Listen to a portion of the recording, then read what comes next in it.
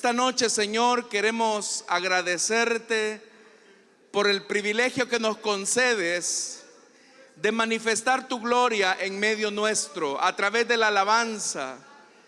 Señor, eres tan bueno que aunque la alabanza va dirigida hacia ti, tú, Señor, fortaleces al débil. Tú, Señor, traes consuelo al alma afligida. Tú, Señor, eres el que das la respuesta que tus hijos están buscando. Por eso, Señor, antes que ellos pusieran por escrito en estas notas sus necesidades, tú, Señor, ya las conocías de antemano. Por eso, Señor, en tu gran amor queremos pedirte que tú puedas sanar esos cuerpos, que tú puedas proveer al que se encuentra necesitado, que tú puedas, Señor amado, dar la salida al alma angustiada. Para ti, Señor, todas las cosas son posibles. Por eso, Señor, manifiesta tu respuesta, manifiesta tu gloria esta noche, y que así, Señor, los que no creen por la palabra, al ver tu poder en la vida de tus hijos, puedan, Señor amado, darse cuenta que tú eres real, que tú eres verdadero, Señor. Ahora queremos suplicarte que prepares nuestro corazón, que prepares, Señor, nuestra vida para escuchar tu palabra. Ayúdanos, buen Señor, ayúdanos para escuchar tu palabra en nuestra petición en Cristo Jesús, Señor nuestro. Amén y amén. Pueden dar un fuerte gloria a Dios, iglesia. Amén, bendito el nombre del Señor. Vamos a abrir la Biblia en el Evangelio de Juan, capítulo número 6. Y de este capítulo vamos a continuar con los versículos que proceden, que es a partir del versículo 41. Evangelio de Juan, capítulo 6, versículo 41. Si lo tienen, dicen amén, hermanos. La palabra de Dios nos dice: entonces los judíos comenzaron a murmurar contra él porque dijo: yo soy el pan que bajó del cielo. Y se decían: ¿acaso no es este Jesús, el hijo de José? ¿No conocemos a su padre y a su madre? ¿Cómo es que sale diciendo: yo bajé del cielo? Dejen de murmurar, replicó Jesús. Nadie puede venir a mí si no lo atrae el Padre que me envió, y yo lo resucitaré en el día final. En los profetas está escrito: a todos los instruirá Dios. En efecto, todo el que escucha al Padre y aprende de él, viene a mí. Al Padre nadie lo ha visto excepto el que viene de Dios. Solo él ha visto al Padre. Ciertamente les aseguro que el que cree tiene vida eterna.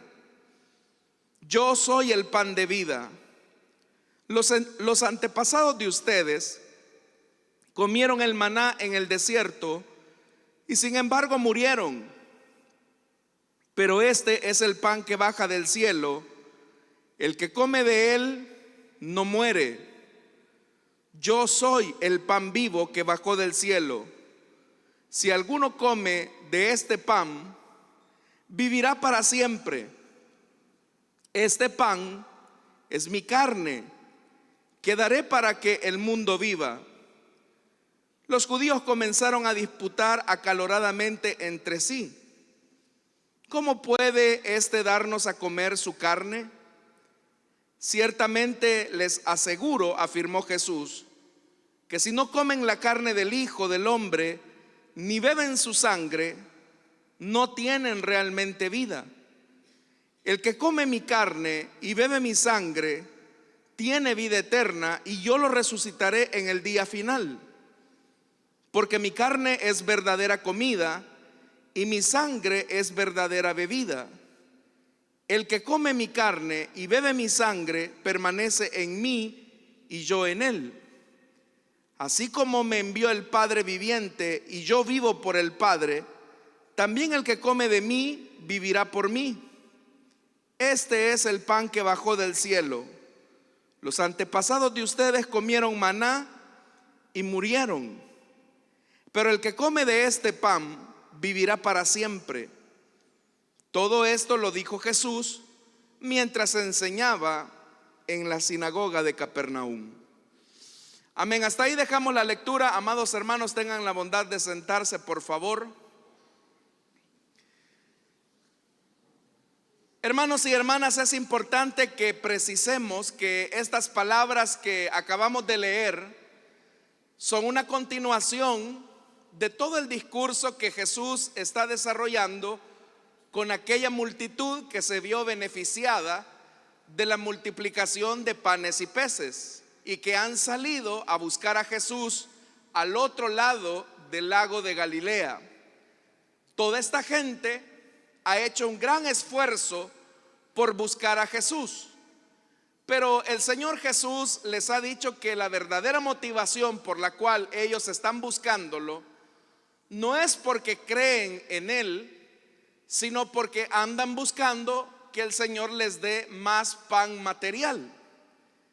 El Señor Jesús les ha encarado y les ha dicho que trabajen no por el pan que perece, sino por el pan que verdaderamente les puede alimentar eternamente.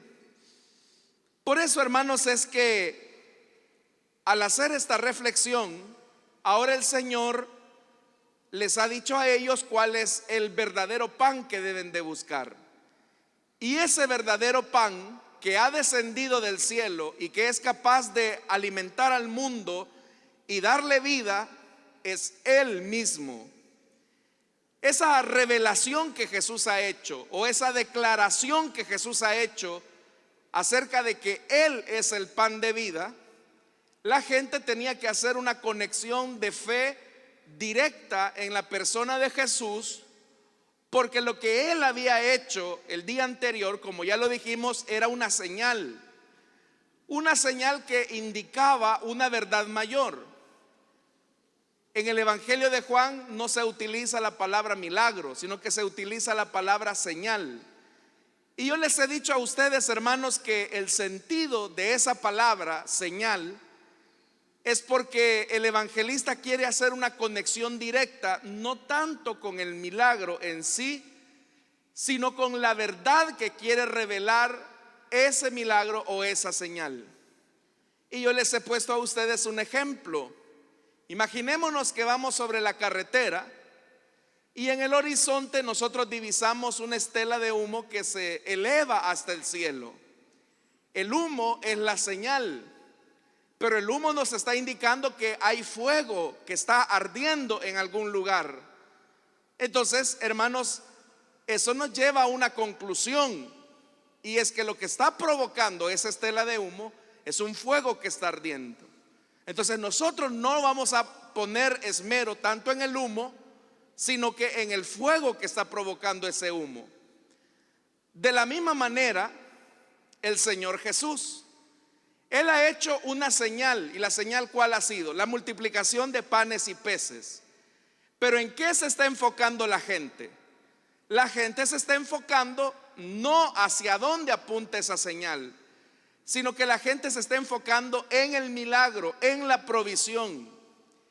Y lejos de llegar a la esencia de esa señal, la gente está poniendo su mirada en otra cosa, que es el pan material. Pero ¿qué va a provocar que la gente busque ese pan material?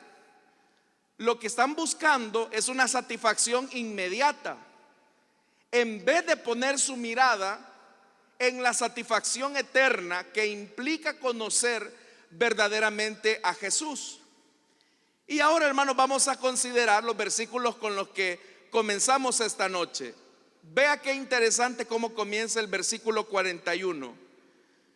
Entonces los judíos, dice, comenzaron a murmurar contra él. Es importante, hermanos, destacar que lo que el evangelista está llamando aquí como judíos En realidad, hermanos, no lo está diciendo en un sentido étnico, porque recuerde que los que han hecho un gran esfuerzo para cruzar el mar de Galilea son galileos, no judíos, porque nosotros entendemos judíos como los habitantes de Judea y específicamente los de Jerusalén. Pero los galileos eran algo muy distinto de los judíos hablando étnicamente. Entonces, cuando el Evangelio de Juan está catalogando a los galileos como judíos, no es porque quiere señalar una razón étnica, sino que quiere señalar una razón teológica. Y es que el Evangelio de Juan está identificando la incredulidad de las personas como un efecto de la dureza del judaísmo como religión.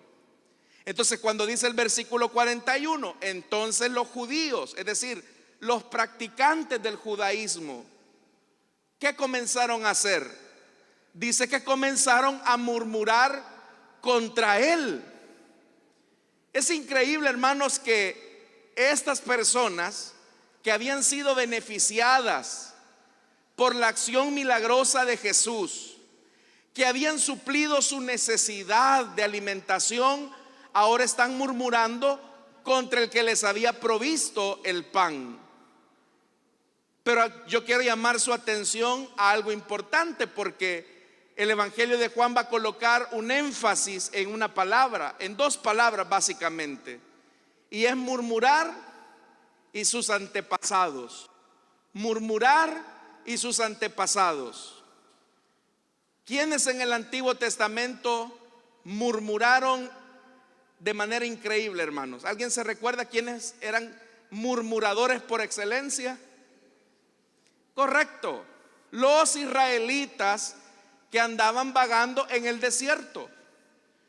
Y fíjese algo, esta palabra que aparece acá, murmurar, en la Septuaginta, que es la traducción que se hace del hebreo del Antiguo Testamento al griego, es la misma que se está utilizando acá.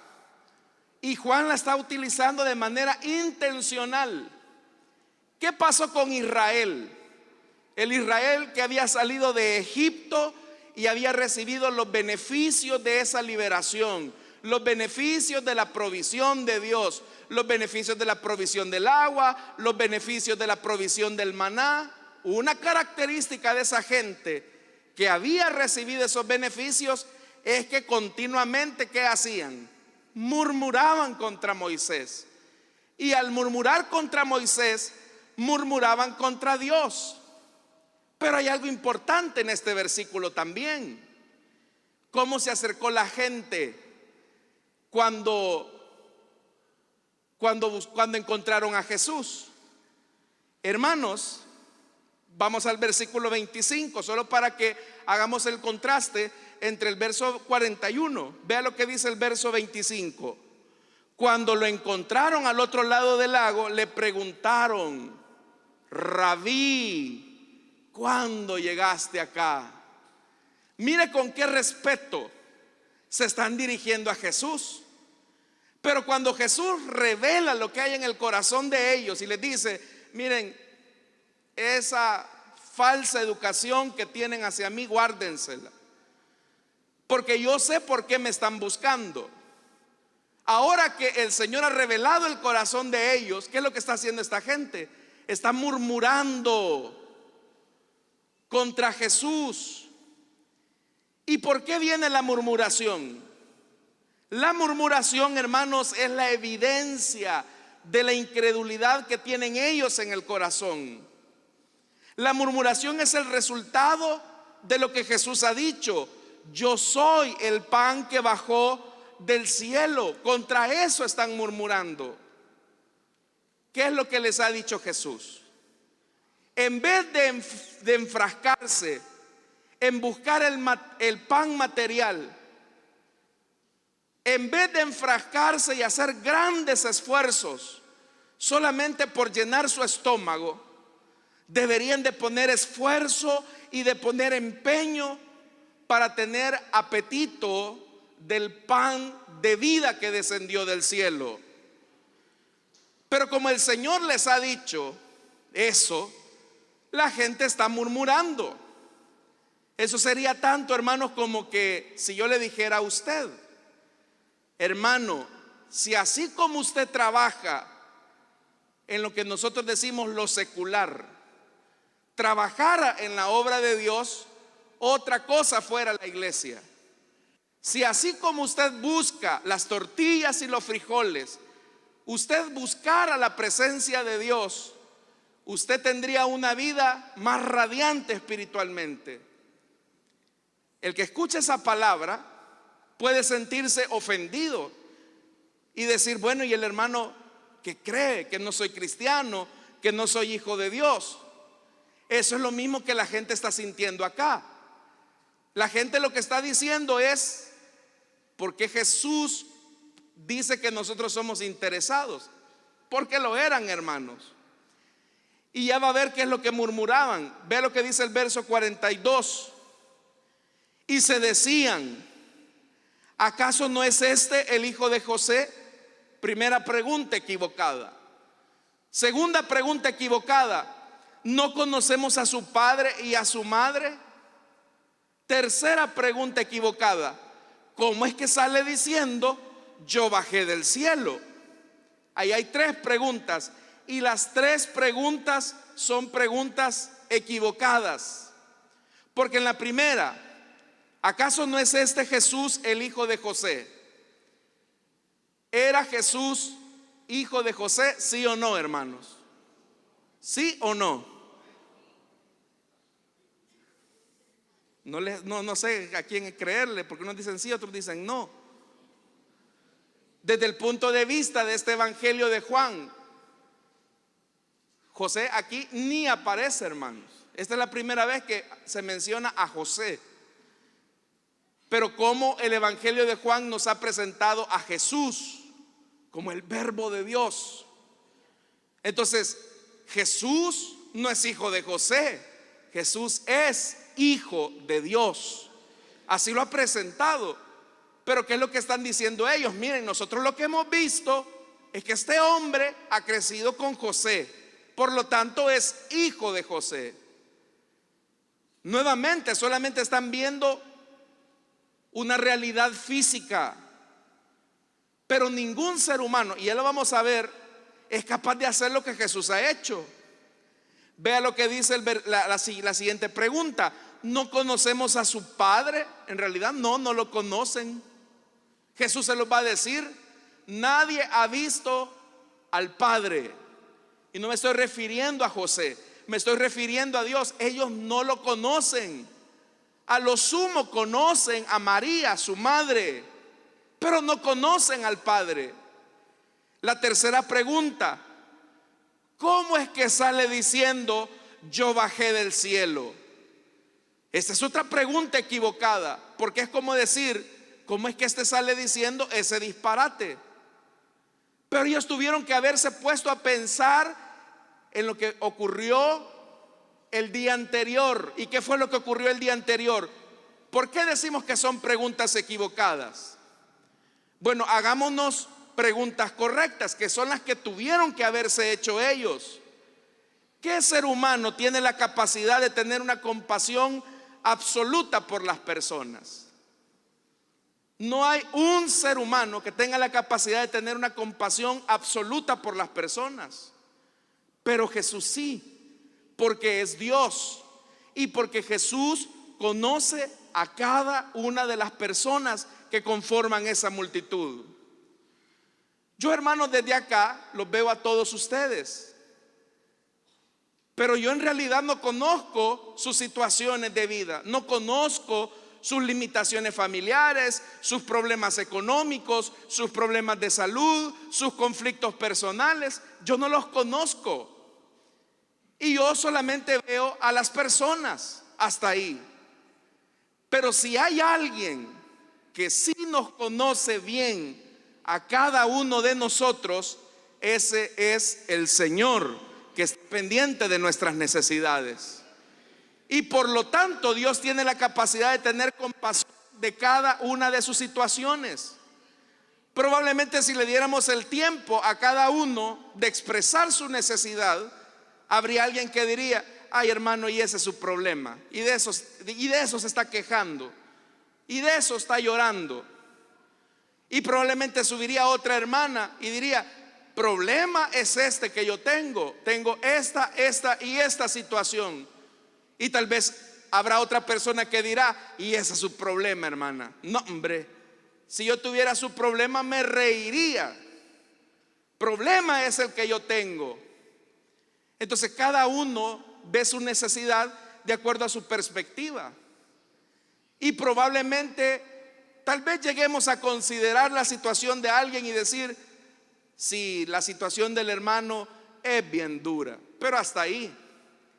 Pero nuestro Dios, hermanos, no es un Dios que simplemente ve la necesidad, sino que nuestro Dios se compadece de nuestra necesidad y tiene misericordia de cada uno de nosotros. Eso es importante. Entonces, eso ya es una pregunta importante.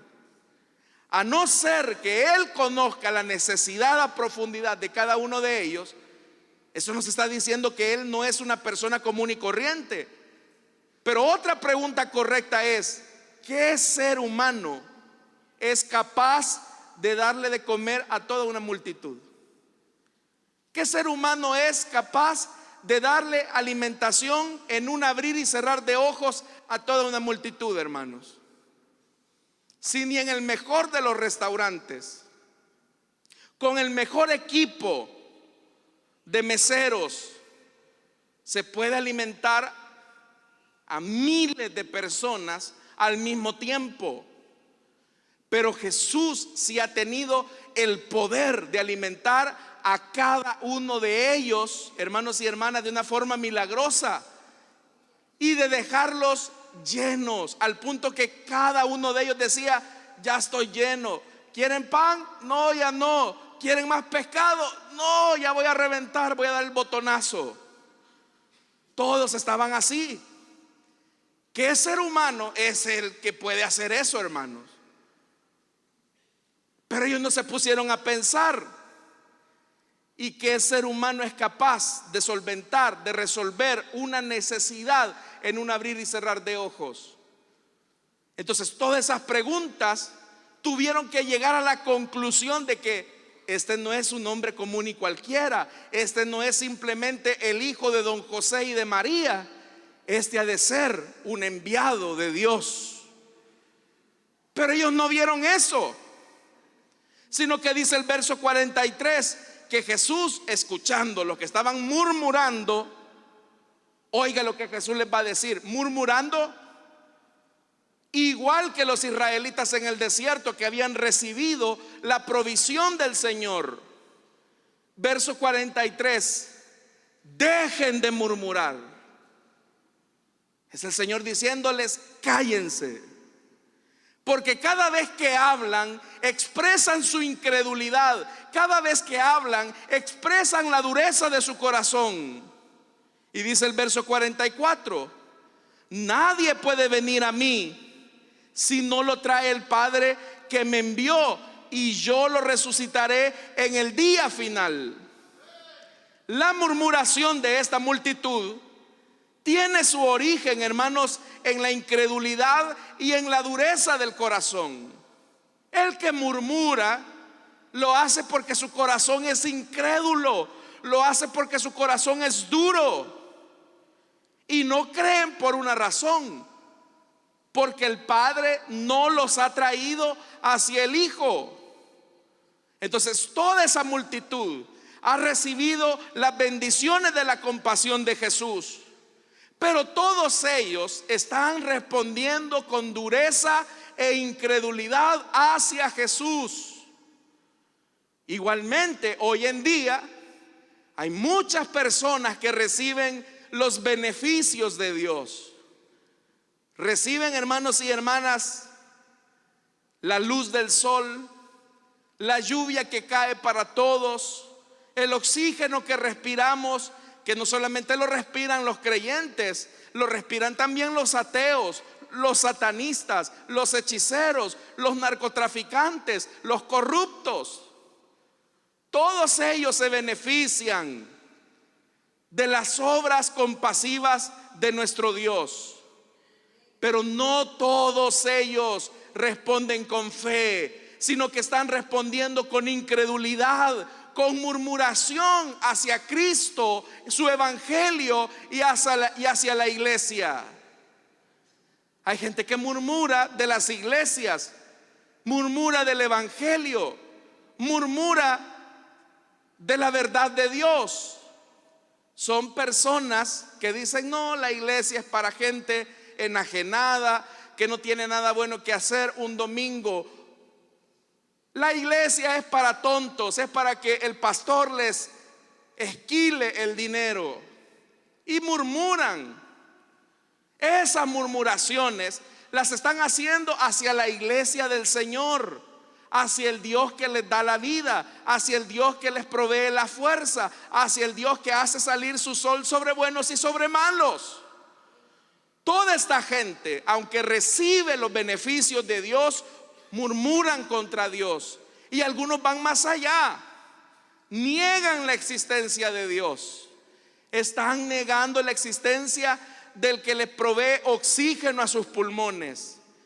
Le están negando la existencia al que les ha dado todo. Pero ¿quiénes son los que creen en el Hijo? Son aquellos que el Padre los ha conducido hacia el Hijo y por lo tanto tienen certeza de la vida eterna. El verso 45 dice: en los profetas.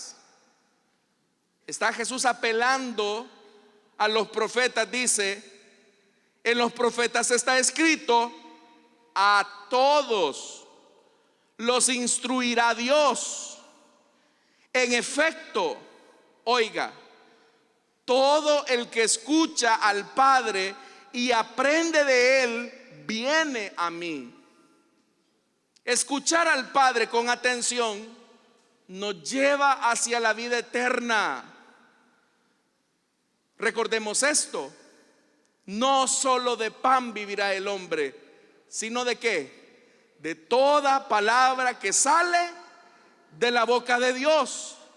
Por eso es que la Biblia aquí dice: en los profetas está escrito: a todos los instruirá Dios. Hagámonos la pregunta: ¿cuál ha sido la instrucción que el Padre nos ha dado para obedecer?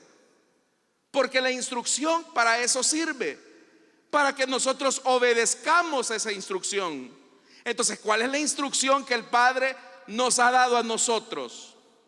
La instrucción que el Padre nos ha dado fue la que reveló en el momento del bautismo en agua, y que también reafirmó frente a aquellos discípulos en el monte de la transfiguración, cuando desde el cielo el Padre dijo: este es mi Hijo amado, en quien tengo complacencia, a Él oíd.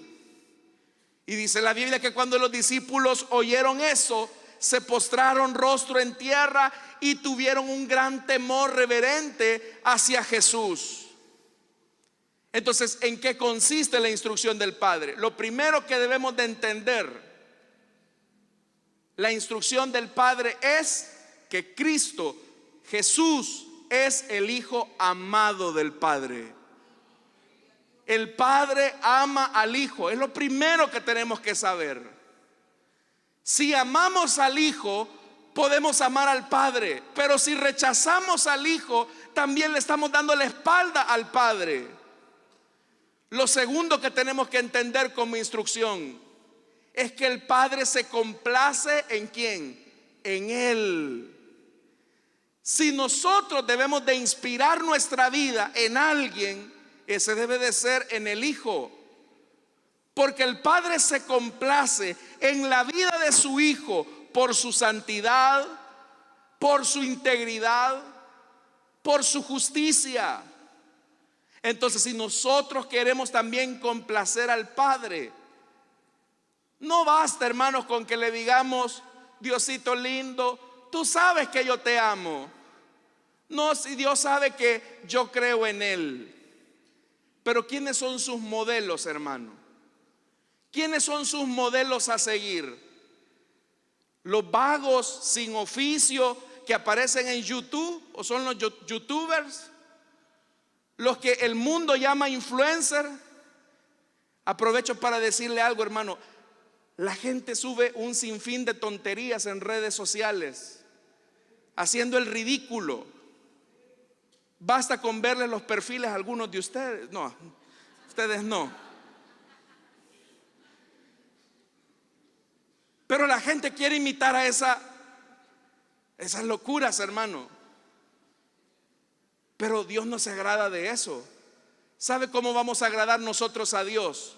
Que nosotros imitemos a su Hijo Jesucristo, porque Él es el Hijo amado del Padre.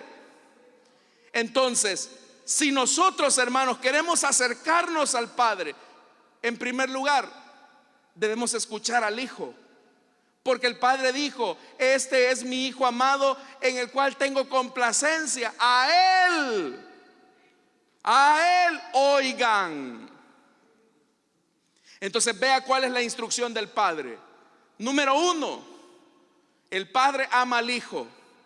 Entonces, ¿cuál es la instrucción que Dios nos da a nosotros? Amen a mi Hijo. Segunda instrucción es que el Padre se complace en Él. Él debe de ser nuestra mayor inspiración. Por eso esa pregunta, hermanos, de ¿y qué haría Jesús en mi lugar? Es una pregunta clave. Como usted hablaba Jesús. Como usted se comportaba Jesús. Como Jesús sentía, es lo que usted siente. Porque en eso es que el Padre se complace. Entonces nuestro modelo de vida no debe de ser, hermanos, a una persona más llena de virtudes que usted conozca. Porque al final, si usted ve a un creyente que tiene buenas virtudes y usted lo admira, apenas está viendo una sombra de la verdadera luz que es Cristo. Entonces nuestra inspiración, nuestra motivación debe de ser Jesús. Y esto es importante. Si usted viene acá a la iglesia y quiere encontrar errores, los va a encontrar rápido. Y muchas veces las personas justifican su maldad, su pecado, diciendo: no, si mire, diga que yo me porto bien a la par de la hermana aquella. No, hombre, salgo en caballo blanco. Mire, no, yo sé que soy un poco pícaro, pero si usted supiera que el fulano que va a la iglesia es peor que yo, no, hombre, yo soy un santo, a mí el Señor me va a canonizar. La gente así dice. Por eso es que nuestros padres nos decían: no se compare con los mediocres. Porque hay gente que también, ¿verdad? Los estudiantes suelen decir: papá, me saqué 4. Y lo dicen con alegría, ¿verdad? Pero vieras que a la par de mis compañeros yo salí bien porque los demás salieron con 3. No, hermano, nuestra medida no debe ser lo peor. ¿Quién es nuestra medida? Nuestra medida no son los servidores de la iglesia. Nuestra medida no es el pastor. Nuestra medida no son los hermanos de la congregación. Nuestra medida es Jesucristo, porque el Padre se complace en Él. Un tercer elemento de la instrucción del Padre, que debemos de oírlo. Pero cuando hablo de oír, no me estoy refiriendo solamente a oír un sonido, sino a escuchar con atención, con detenimiento. Y es lo que la gente no está haciendo. La multitud no lo está haciendo. No están amando al Hijo. Están amando lo que el Hijo da. No están haciendo las obras del Hijo. Están haciendo sus propias obras. Quieren hacerlo rey porque les va a garantizar pan y pez. Ellos también, hermanos, no quieren oírlo a Él. No quieren hacer la voluntad del Hijo. Más bien quieren hacer su propia voluntad. Esto de ser cristiano se define de esta forma. Ser cristiano es hacer la voluntad de Dios. Usted conoce ese texto del apóstol Pablo: ya no vivo yo. ¿Cómo? Correcto. Ya no vivo yo, mas Cristo vive en mí. ¿Y eso qué significa? Que mi vida debe de girar alrededor de Jesús, de su palabra, de su ejemplo. Pero al momento de tomar decisiones, hermanos, nosotros no buscamos complacer al Padre, buscamos complacernos nosotros mismos. Cuando la Biblia nos dice a nosotros que debemos de amar al que nos ofende, orar por los que nos persiguen, esa es la voluntad de Dios. Pero ¿qué es lo que hacemos nosotros? Nos complacemos a nosotros mismos vengándonos, nos complacemos a nosotros mismos ignorando a las personas, nos complacemos a nosotros mismos haciendo nuestra propia voluntad. Entonces no podemos decir que Cristo vive en nosotros, y si Cristo no vive en nosotros, olvídese, usted y yo no estamos complaciendo al Padre, usted y yo no estamos obedeciendo la instrucción del Padre. Y Jesús va más adelante y dice, verso 46, como la gente está diciendo: y este que no es hijo de José el carpintero. Verso 46, al Padre nadie lo ha visto, excepto el que viene de Dios. Solo Él ha visto al Padre. Les aseguro que el que cree tiene vida eterna. Yo soy el pan de vida. Solo el Hijo es el único que ha tenido una verdadera cercanía con el Padre. Solo el Hijo ha sido capaz de verlo. Ni cuando Moisés, hermanos, le pidió a Dios: Señor, quiero verte, quiero ver tu rostro. Y el Señor le dijo: mira, Moisés, lo que me estás pidiendo es una locura, porque eso implicaría tu aniquilación. Pero la Biblia está diciendo, Jesús está diciendo: yo he visto al Padre. ¿Pero por qué lo ha visto? Porque no es un simple ser humano, sino que si Jesús ha visto al Padre, es porque Él es el Hijo amado del Padre, es porque lo ha visto. Y por eso es que dice: el que cree tiene vida eterna. Yo soy el pan de vida. Entonces ya Jesús les está diciendo: yo soy el pan de vida. Y comer de este pan significa creer en mí, oírme, amarme por encima de lo que yo les puedo dar. Y vea la conexión que el Evangelio de Juan va a hacer. Ya les dije, una palabra que se repite acá es que ellos murmuraron, igual que aquella generación incrédula que anduvo vagando en el desierto, que después de recibir los beneficios de Dios se convirtieron en murmuradores. Así están estos, que después de haber recibido el beneficio de los panes y los peces, que después de haber recibido la revelación del Cristo, están murmurando contra Él. Entonces dice el verso 49: los antepasados de ustedes, oiga eso, los antepasados de ustedes. Es como que Jesús les está diciendo: aquella generación incrédula que murió en el desierto, esos son sus antepasados. Eso sería, hermanos, tanto como que a usted le dijeran algo así como: aquel Adolfo Hitler, ese que fue su padre. Sería una cuestión bien dura. Y cuando Jesús les dice: los antepasados de ustedes, ¿y quiénes eran sus antepasados? Una generación que solamente se interesó en recibir los beneficios de Dios, que solamente se interesó por conseguir la libertad de Egipto, que solamente se interesó por beber del agua de la roca, que solamente se interesó por comer del maná, que solamente se interesó en que Dios les diera una parcela de tierra en la tierra prometida. Muchos de los que salieron de Egipto salieron solamente por interés. Tenían apetito de lo que Dios les daba, pero no tenían apetito del Dios que les dio eso. Y por eso es que dice: los antepasados de ustedes comieron el maná en el desierto. Y sin embargo, ¿cuál fue el resultado? Ahí lo dice la parte final del verso 49. ¿Cuál fue el resultado? Murieron.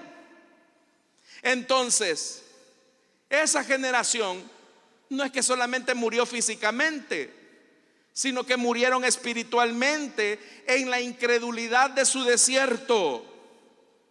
Jesús entonces está advirtiendo, y nos está advirtiendo a nosotros esta noche, que ese será nuestro fin si solamente andamos buscando los favores y los beneficios de Dios. Si lo único que lo ha traído acá a usted esta noche es que Dios le conteste su petición, es que Dios le provea a su necesidad, es que Dios lo sane, Dios puede hacer todo eso y más. Pero no debe de ser eso nuestra motivación de estar acá. Ustedes han repetido muy bien ese pasaje de la Biblia. Escrito está: no solo de pan vivirá el hombre, sino de ¿qué? De toda palabra que sale de la boca de Dios. Hermanos, y esta vez sí se lo digo en serio. Bueno, todo lo que les he dicho es en serio, pero quiero que por favor adviertan lo que les voy a decir a continuación. Si la vida nuestra solamente consiste en llenarnos de bienes materiales de esta tierra, si la vida consiste solamente en pasarla bien acá, buscando nuestra comodidad, buscando nuestra complacencia, teniendo una vida espiritual desteñida, pálida, hermanos, usted solamente ha andado buscando el pan material. Pero muchas veces, hermanos, nuestra búsqueda por Dios, nuestro apetito por Dios no existe. Cuando estamos en aflicción, venimos temprano a la iglesia. Cuando estamos en aflicción, servimos a Dios. Cuando estamos en aflicción o en prueba o tribulación, Diosito aquí, Señor amado, tú lo prometiste, tú dijiste en tu palabra, etcétera, etcétera. Pero una vez el Señor ha suplido nuestra necesidad, ya no le volvemos a ver la cola a muchos. Ya no lo volvemos a ver, porque solamente lo que ha primado es el interés. Pero ¿sabe cuál es el problema de eso? Aparte que eso revela que usted es una persona interesada, que usted es una persona que busca su beneficio, aparte de todo eso, es que va a terminar muriendo como sus antepasados en el desierto. Vamos a terminar muriendo como esa generación que solamente le interesaba: Dios, dame codorniz, Dios, dame agua, Dios, queremos carne, Dios, queremos maná. Y Dios les daba y les daba y les daba y les daba y les daba. ¿Y qué provocó eso? Que murmuraran. Hay gente, hermanos, vea esto: la murmuración no es un pecado tan sencillo, porque la murmuración es la expresión de un corazón incrédulo hacia Dios. ¿Cuántos hemos murmurado alguna vez? No me responda, por favor. Dice el verso 50: pero este es el pan que baja del cielo, el que come de él no muere. Jesús está haciendo un contraste entre la generación que comió del maná y murió. Pero ahora Jesús está diciendo: el que come del pan que bajó del cielo no va a morir. Y para que respondan al examen: Señor, ¿y cuál es ese pan de vida que descendió del cielo? Verso 51, se lo vuelve a repetir. Yo soy el pan vivo que bajó del cielo. Si alguno come de este pan, vivirá para siempre. Este pan es mi carne y lo daré para que el mundo viva.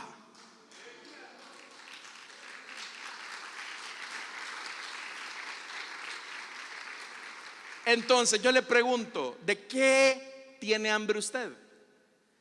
¿De qué tiene hambre usted? ¿Tiene hambre de dinero? Todo lo ve en términos de dinero, y cada vez que le hablan de algo siempre se le ve el signo de dólar en los ojos. ¿Tiene hambre de aplausos de la gente, de reconocimientos? ¿Tiene hambre, hermanos, de un poquito de popularidad? ¿Tiene hambre usted de bienes materiales? ¿Tiene hambre usted de una gran posición, ya sea en la sociedad o en la iglesia? De eso tiene hambre. Si usted come de ese pan, ciertamente morirá. Pero yo le pregunto, ¿tenemos hambre de Jesús? Y eso solo Jesús lo sabe. Jesús sabe si tenemos hambre de Él o no, o simplemente tenemos hambre de lo que Él da. Pero Jesús dice: yo soy el pan vivo que bajó del cielo. Si alguno come de este pan, vivirá para siempre. Entonces, característica de un ciudadano de la patria celestial: tiene hambre de Dios. Tiene hambre de Dios. No hay que estarlo rogando para que venga a la iglesia. No hay que estarlo rogando para que busque de Dios. No hay que estarlo empujando para que sirva al Señor, porque tiene hambre de Dios. Escucho mucho silencio entre ustedes, amados. Debemos de tener hambre de Dios.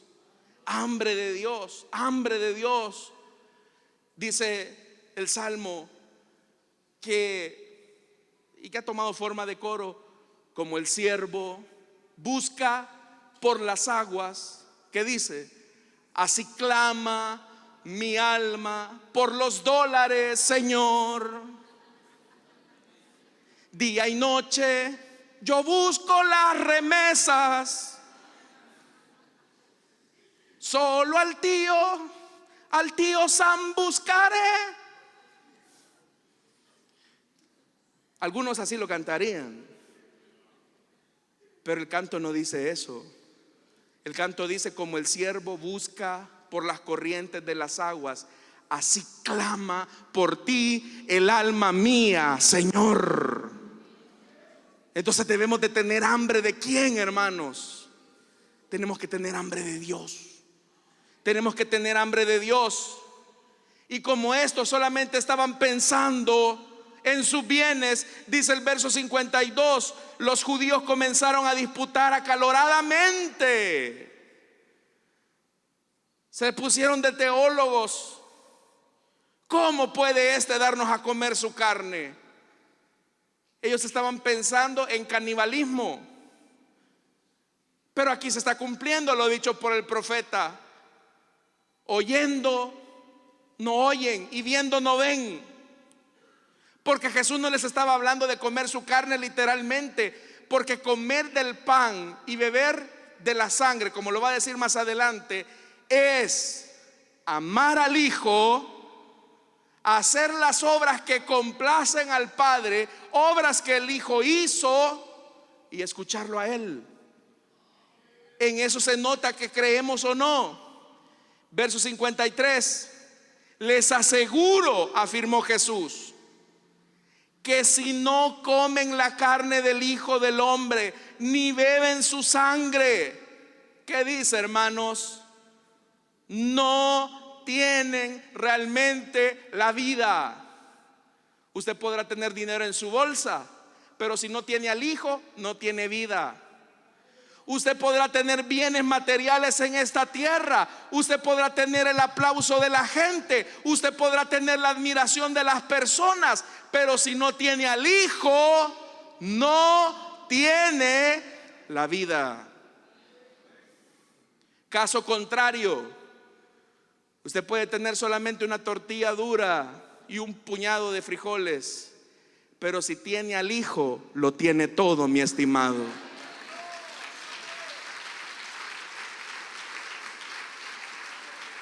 Y yo no estoy emulando la pobreza. Lo que estoy diciendo es que, hermanos, si nuestros intereses son como los de cualquier pagano, ¿qué estamos haciendo acá? Si lo único que nos motiva el día a día es simplemente buscar los frijoles, ¿qué hacemos de diferente que el impío? Yo no le estoy diciendo que no trabaje, porque la Biblia dice que el que no trabaja, que no coma. Hay que salir a trabajar, hay que salirse a ganar el pan de cada día. Excelente, mi estimado. Pero si le pone dedicación a su trabajo, mayor dedicación debe de hacerle a las obras de Dios.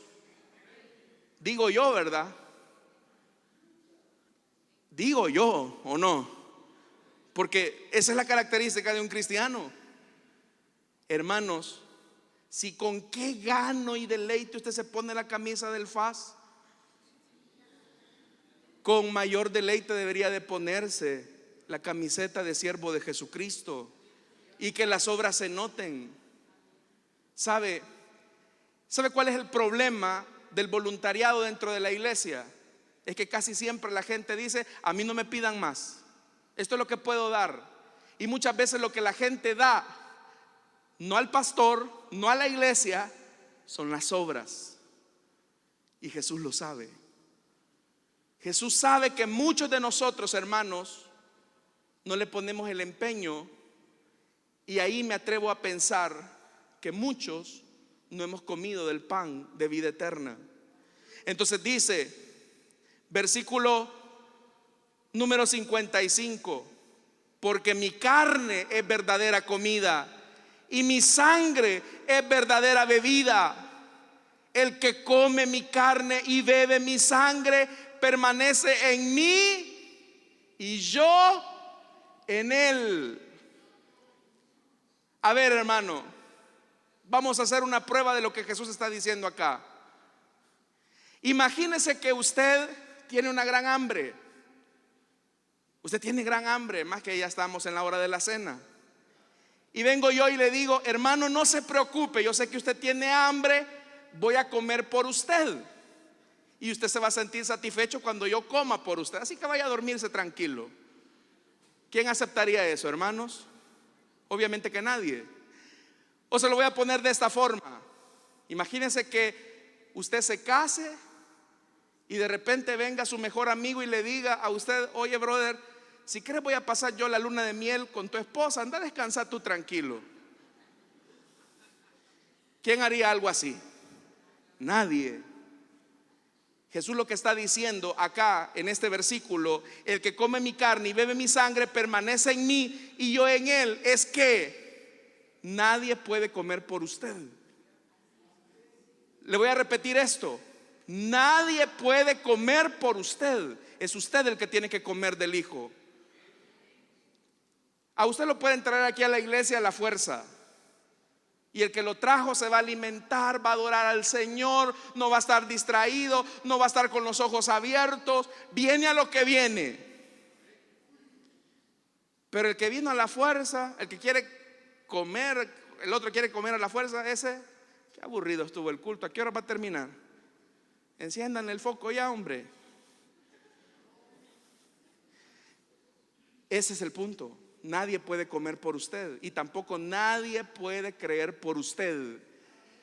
Usted puede tener como papá al mejor siervo de Dios. Usted puede tener por mamá a la mejor mujer de Dios. Pero como decimos popularmente nosotros los cristianos, Dios no tiene nietos, tiene ¿qué? Hijos. Y hijos solamente son aquellos que aman al Hijo de Dios, que creen en Él y siguen sus obras. Esos son los verdaderos hijos de Dios.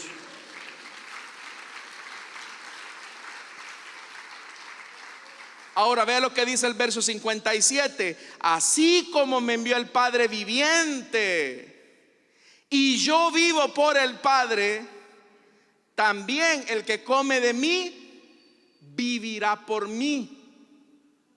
Cuando usted come, ese pan que usted comió se va a disolver y va a formar parte de su cuerpo. Así va a ser esto.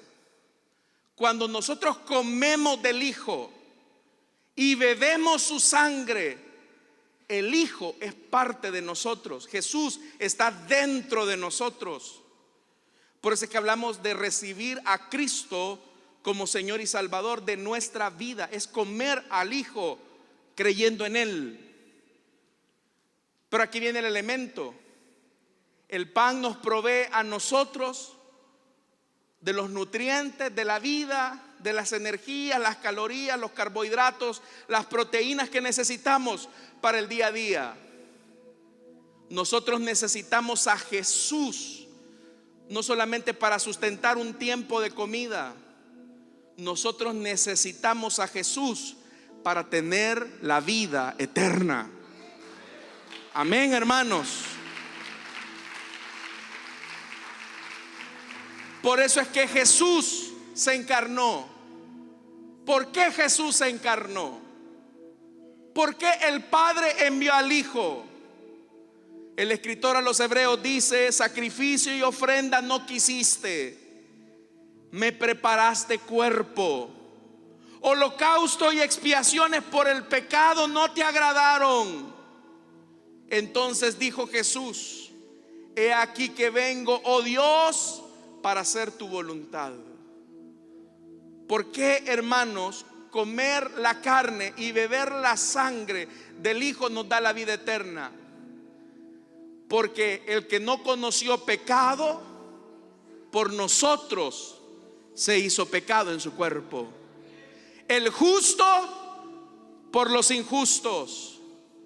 Su sangre bendita, su sangre derramada, nos limpia de todo pecado. No es sangre cualquiera. Esa sangre tiene poder para limpiar los pecados del mundo y darle vida eterna a todos aquellos que creen. ¿Cuántos creen en el Hijo? Si usted cree, amará a Jesús. Si usted cree, imitará las obras de Cristo. Si usted cree, mi estimado, lo va a oír a Él con detenimiento. Y dice el verso 58 y 59, con lo que vamos a terminar: este es el pan que bajó del cielo.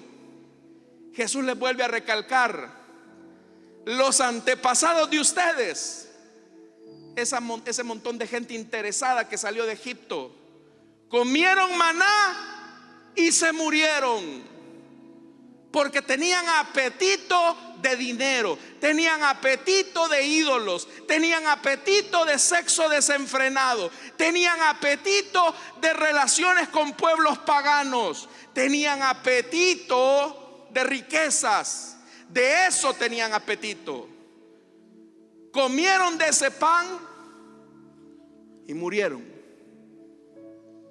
Pero el que come de este pan, dice Jesús, que dice, vivirá para siempre. Entonces, ¿qué necesitamos? ¿Cuál es la evidencia que usted ha creído en Él? ¿Tiene hambre de Jesús? ¿O tiene hambre de lo que da Jesús? Pero Dios quiere que nosotros tengamos hambre de su Hijo amado, en el cual el Padre se complace. Aquí viene lo más triste de esta historia. Verso 59. ¿Será que Jesús dijo esto en un antro, en un bar, en una discoteca, en un prostíbulo? No, mis estimados. Todo esto lo dijo Jesús mientras enseñaba. ¿A dónde? En la sinagoga de Capernaum. ¿Sabe dónde hay más incrédulos? Aquí. ¿Sabe dónde hay más murmuración? Aquí. Y esa murmuración revela solamente tu corazón incrédulo, que solamente buscas a Dios por los beneficios. Y tristemente muchos, cuando reciben la respuesta de Dios, ya les dije, no vuelven a poner un solo pie en la iglesia. A pesar de las promesas que un día hicieron: Señor, si tú me ayudas, yo haré. Si tú haces esto por mí, yo lo voy a cumplir. Con lo que demostramos que somos una generación incrédula nada más. Pero hermanos, si comemos del pan de vida y si bebemos de esa sangre preciosa que limpia el pecado y la maldad, Jesús ha prometido algo: ya tenemos vida eterna. ¿Cuántos hemos comido de ese pan, hermanos?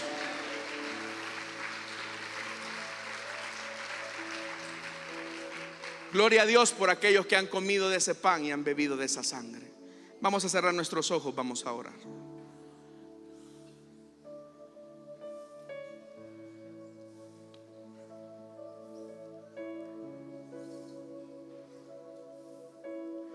Quiero hacer una invitación rápidamente. Si hubiera aquí alguna persona que desea entregarle su vida a Cristo o desea reconciliarse, póngase en pie. Vamos a orar por usted.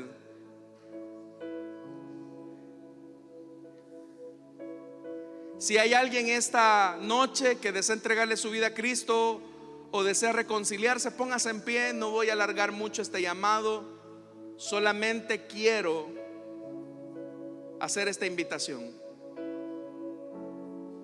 ¿Hay alguien que desea entregarle su vida a Cristo, que quiere tener esta hambre por Dios, que quiere comer de este pan y beber de esta sangre, creyendo en el Hijo, creyendo que su sacrificio le limpia de todo pecado?